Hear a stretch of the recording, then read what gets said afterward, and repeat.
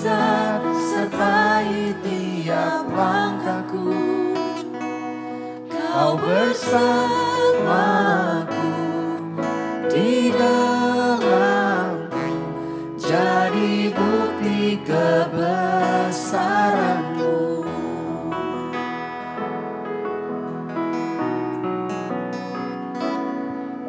Tuhan, Kau sempurna dalam rencana-Mu dan karya-Mu. Ku serahkan hidupku, murnikan dengan Roh-Mu.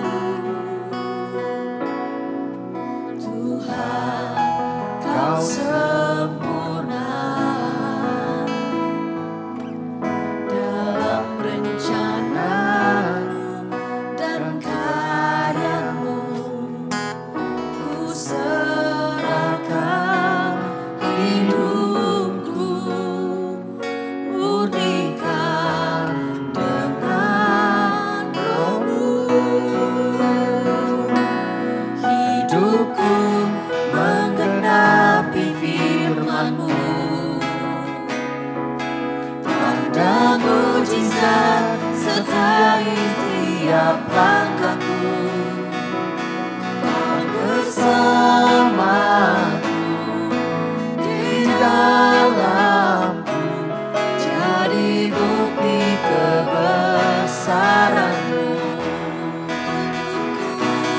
Hidupku menggenapi firman-Mu, tanda mujizat sertai tiap langkahku. Kau bersamaku di dalamku, jadi bukti kebesaran-Mu. Sekali lagi hidupku menggenapi firman-Mu, tanda mujizat sertai tiap langkahku. Kau bersamaku di dalamku, jadi bukti kebesaran-Mu. Jadi bukti kebesaran-Mu. Jadi bukti kebesaran-Mu.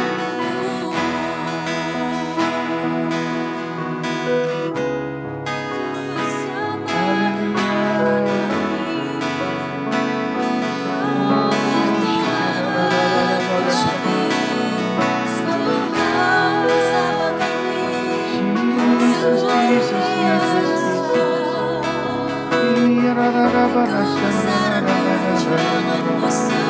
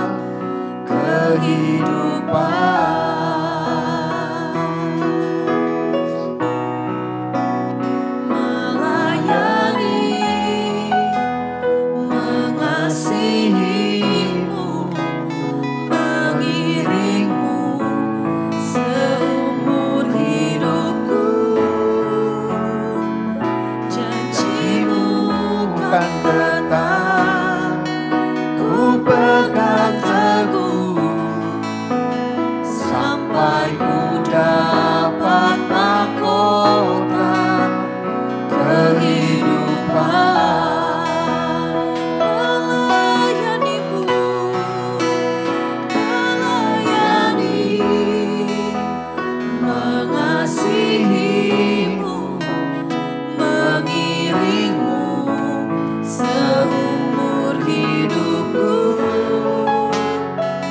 Janjimu kan tetap ku pegang teguh, sampai ku dapat mahkota kehidupan.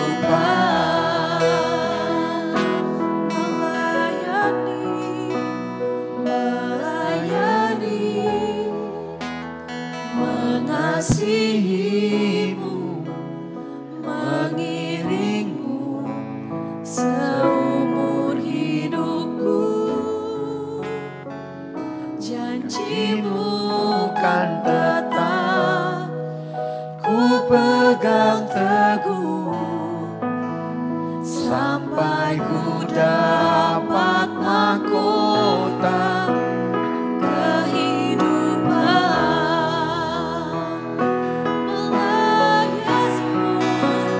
Melayani,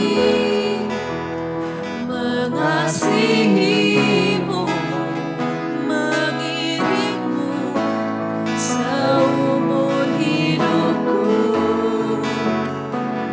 Janjimu kan tetap ku pegang teguh, sampai ku dapat mahkota kehidupan.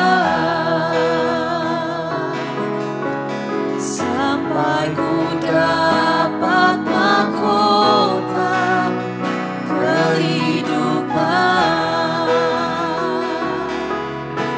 Sampai ku dapat mahkota kehidupan. Melayanimu Tuhan, itulah yang menyenangkan hatimu, oh Tuhan. Terima kasih Tuhan. Terima kasih melayanimu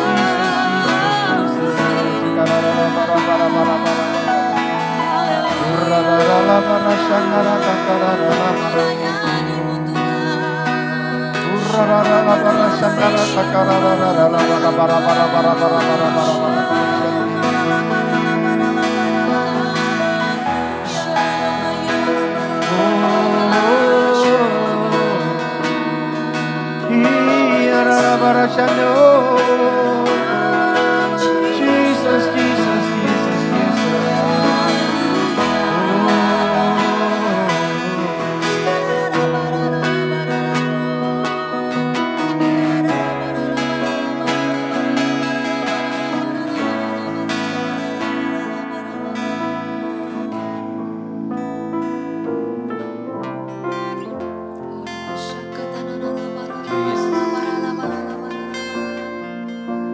Makanan kami yaitu melakukan kehendak-Mu ya Tuhan Yesus.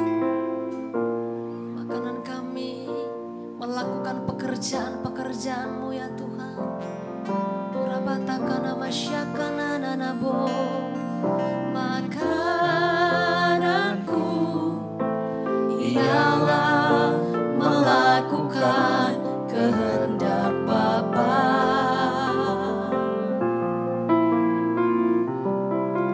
Makananku ialah melakukan pekerjaannya,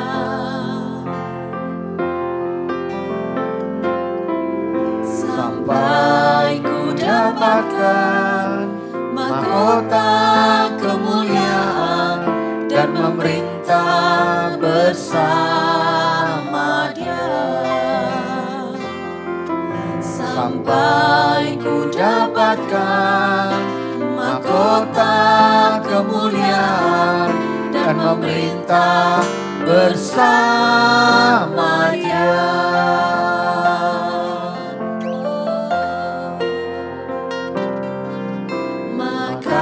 Makananku ialah melakukan kehendak Bapa.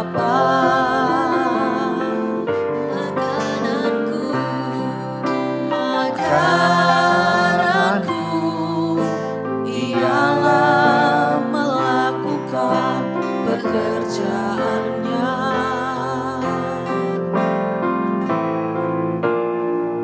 Sampai ku dapatkan mahkota kemuliaan dan memerintah bersama Dia.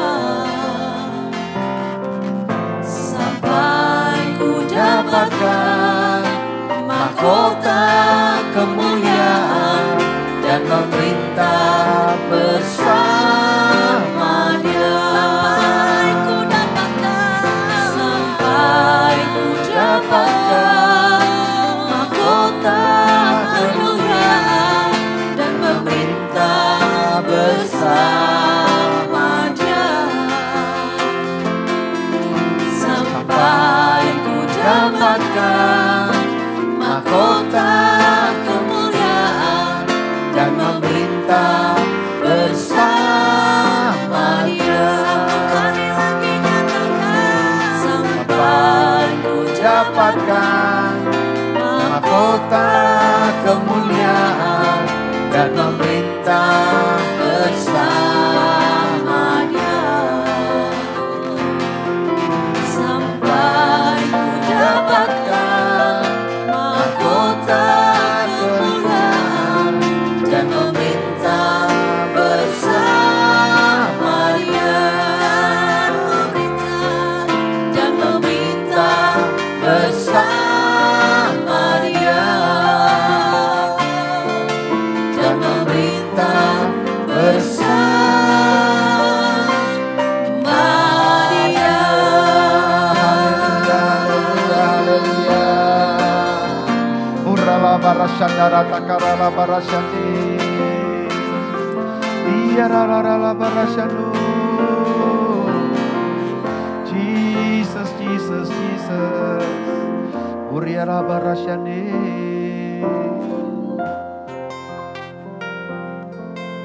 Shikerala baratakarala bashandarala barashandara.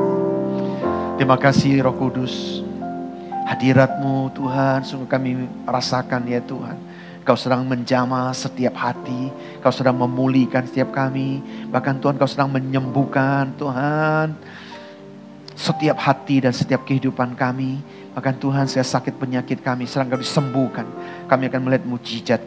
Kuasa Tuhan dinyatakan Tuhan di dalam nama Yesus. Terima kasih ya Bapa.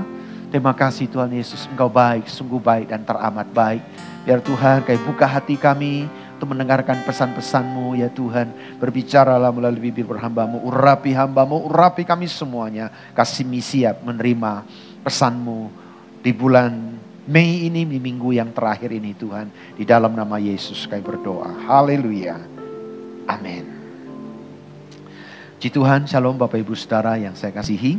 Di bulan Mei setelah kita merayakan kenaikan Tuhan Yesus dan kita saat ini sedang menantikan hari Pentakosta, di mana Roh Kudus akan dicurahkan.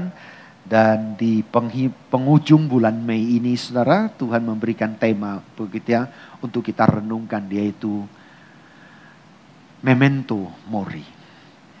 Memento Mori dalam rangka dipersiapkan untuk masuk dalam kerajaan sorga tentunya Saudara ya. Nah dari Hosea 6 ayat 6 firman Tuhan katakan begini. Sebab aku menyukai kasih setia, bukan korban sembelihan. Dan aku menyukai pengenalan akan Allah lebih daripada korban-korban bakaran Saudara. Nah dalam mempersiapkan kita Memento Mori, setiap kita akan terjadi. Nggak perlu ditakutin, semua kita akan ngalami. Karena akhir dari semua kehidupan kita adalah kematian Saudara. Nah selama persoalannya bukan kematian yang perlu kita takuti Saudara. Tapi persiapan untuk kita. Nah oleh itu Saudara, Tuhan mau supaya kita hari-hari ini selagi ada kesempatan, yuk Tuhan menyukai Saudara. Ya, bukan hanya korban sembelihan, tapi Tuhan rindu pengenalan kita akan Tuhan. Itu yang Tuhan mau. Apakah kita sudah mengenal Tuhan kita secara baik? Apakah kita sudah sungguh-sungguh mengenali Yesus itu dalam kehidupan kita? Makanya di Filipi 1 ayat 21 katakan begini. Karena bagiku, yang ngomong gini Paulus Saudara. Hidup adalah Kristus, mati adalah keuntungan. Bagi Paulus, hidupku adalah untuk Kristus. Mati itu keuntungan, saudara. Bukan suatu malapetaka. Nah makanya saudara, kita harus mengerti ya saudara, yang di dalam Kristus. Makanya saya tidak pernah mengirimin ucapan kalau sedang yang dipanggil Tuhan gitu saudara, turut berduka cita. Karena bagi saya saudara, kematian itu keuntungan. Kenapa? Karena melalui kematian itulah kita akan ketemu dengan Tuhan secara pribadi. Jadi buat Paulus yang mengerti akan kebenaran itu keuntungan saudara ya. Bukan duka cita. Memang secara emosional kita ditinggalkan orang yang kita kasihi. Memang merasa ditinggal, merasa kesendirian. Iya. Tapi saudara, kita tidak boleh larut dalam kesedihan ya, karena kita harus ngerti firman, karena kematian itu adalah keuntungan. Makanya di Mazmur 116 ayat 15 katakan, berharga di mata Tuhan kematian semua orang yang dikasihinya. Nah, oleh karena itu saya rindu semua kita harus make sure, apakah kita dikasihi oleh Tuhan Yesus. Kalau kita yakin bahwa kita dikasihi oleh Tuhan Yesus, maka firman Tuhan katakan kematian kita berharga. John Maxwell, seorang penceramah kepemimpinan yang handal. Dan dia mengatakan ada 2 ciri manusia sukses. Manusia yang berhasil dalam hidupnya apabila ia mengenal siapa dirinya dan mengetahui tujuan hidupnya. Saya rindu saudara melalui apa disampaikan oleh John Maxwell. Apakah kita sudah mengenal siapa diri kita? Jangan sampai hari ini saudara, mungkin umur kita sudah banyak, bertahun-tahun kita hidup hanya gelinding dan kita nggak tahu siapa diri kita. Dan mengetahui tujuan hidup kita. Untuk apa kita hidup? Nah oleh karena itu berbicara tentang asal dan tujuan hidup manusia. Maka manusia disadarkan dengan suatu kenyataan bahwa manusia tidak dapat memilih kapan dan di mana ia dilahirkan. Manusia tidak dapat menentukan kapan meninggalnya. Dan dengan cara bagaimana? Ini semua kita nggak bisa memilih.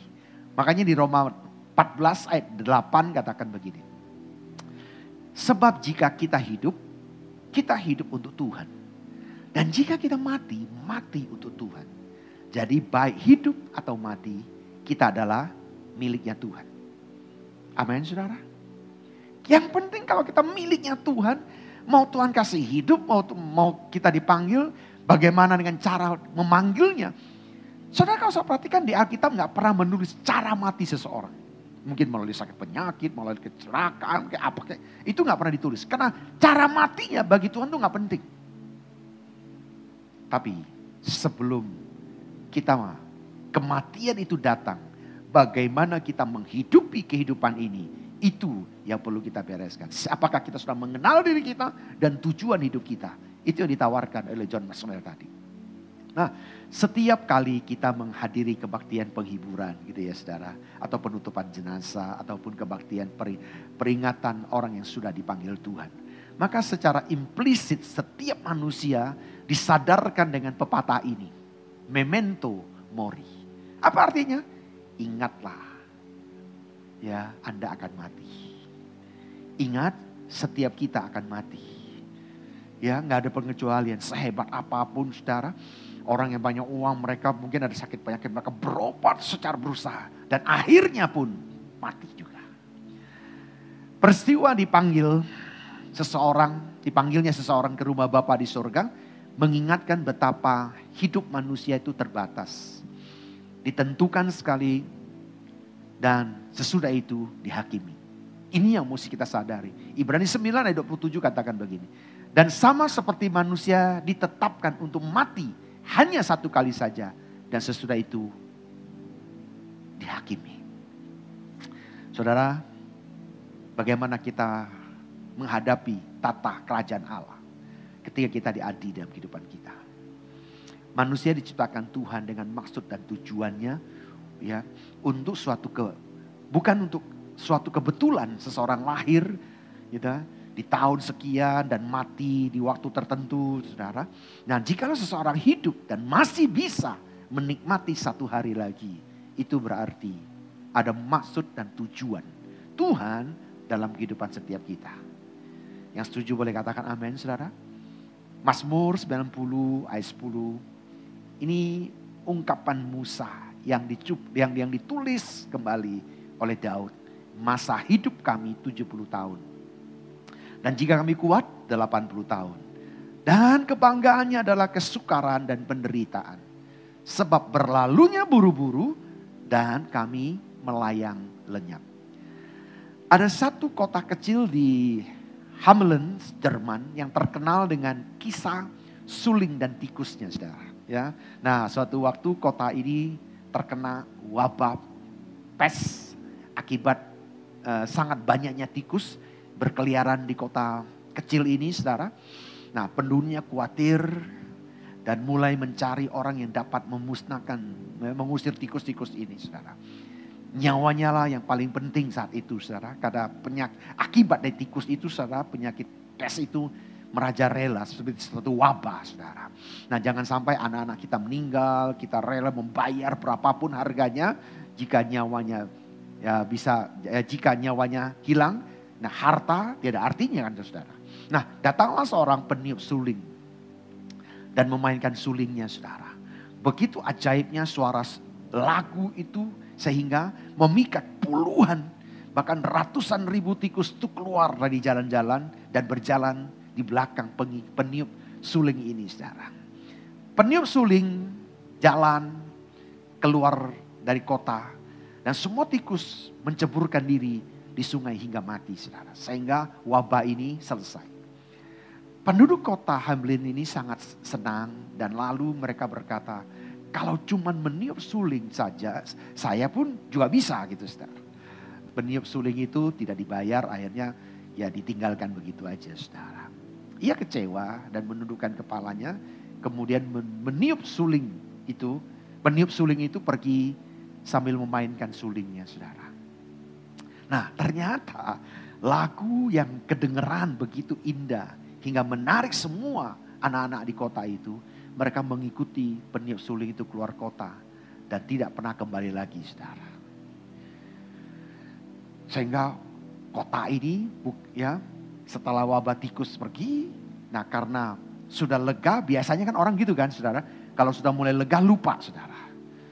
Padahal masih ada resiko, ada bahaya yang senantiasa mengancam. Bahkan mereka kehilangan anak-anaknya. Nah, di 2 Timotius 4 ayat 7. Aku telah mengakhiri pertandingan yang baik. Aku telah mencapai garis akhir dan aku telah memelihara iman. Saudara, hari-hari dalam kehidupan kita, apakah kita, jangan sampai Tuhan begitu tolong kita lupa. Sehingga kita bahkan menyangkalin Tuhan. Itu yang terjadi dengan bangsa Israel kehidupannya. Dan saya berharap ini menjadi contoh bagi kita, saudara. Nah, seringkali ketika nyawa terancam, manusia rela berkorban segala hartanya.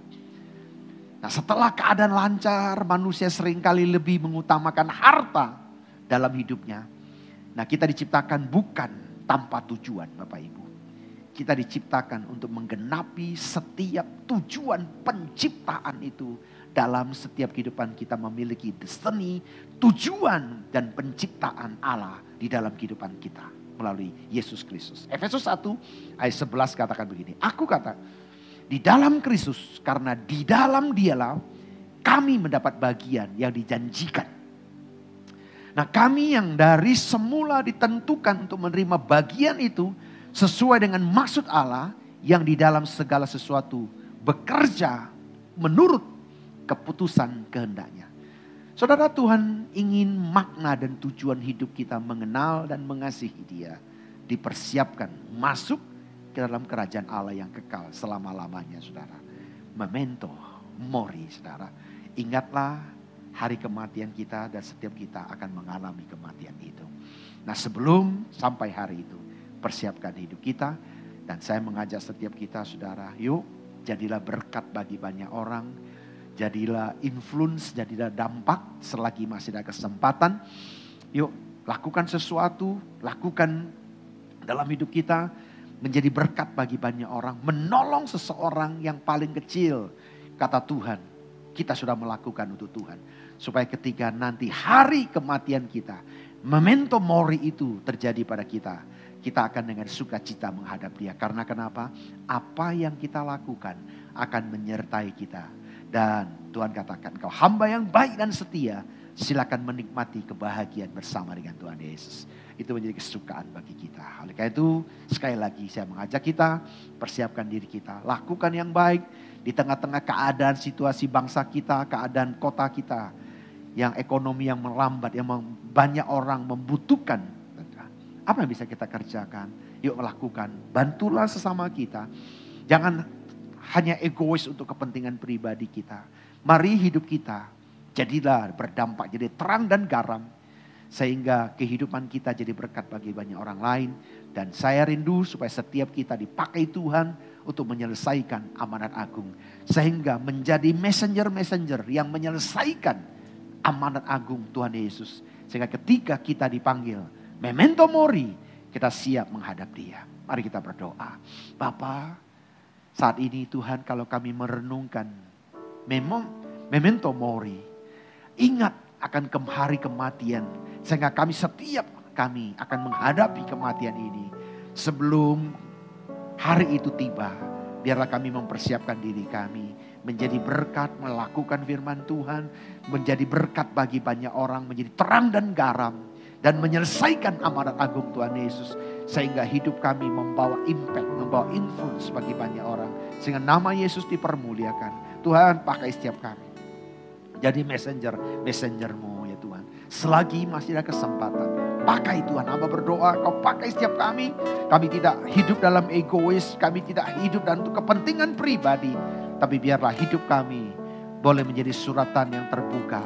Bahkan menjadi berkat bagi banyak orang. Pakai setiap kami Tuhan. Pakai hidup kami. Dan mulai hari ini yang kami selama ini hidup hanya untuk kepentingan pribadi kami. Kami sadar bahwa memento mori akan datang dalam kehidupan kami. Dan mulai hari ini kami mau bertobat. Kami mau jadi berkat bagi banyak orang. Kami mau mengubah paradigma dan hidup kami. Supaya kami boleh menjadi berkat bagi banyak orang. Ketika saat memento mori terjadi atas kehidupan kami. Kami boleh dengan sukacita menghadap tatamu. Karena kami menjadi hamba yang melakukan kehendak-Mu. Di dalam nama Yesus kami sudah berdoa. Haleluya. Amin. Maranatha, Maranatha, Tuhan datanglah. Angkatlah dirimu, sambut kedatangannya. Maranatha, Maranatha, Kristus datanglah. Hari itu, hari yang termulia. Yesus datanglah dalam kemuliaannya. Bersama para tebusan, sambutlah Dia Raja. Segala suku, kaum dan bahasa nyanyi sembah Sang Raja. Ya Yesus, Maranatha datanglah. Datanglah dalam kemuliaannya. Bersama para tebusan, sambutlah Dia Raja. Segala suku dan kaum dan bangsa nyanyi sembah Sang Raja. Ya Yesus, Maranatha datanglah. Ya Yesus, Maranatha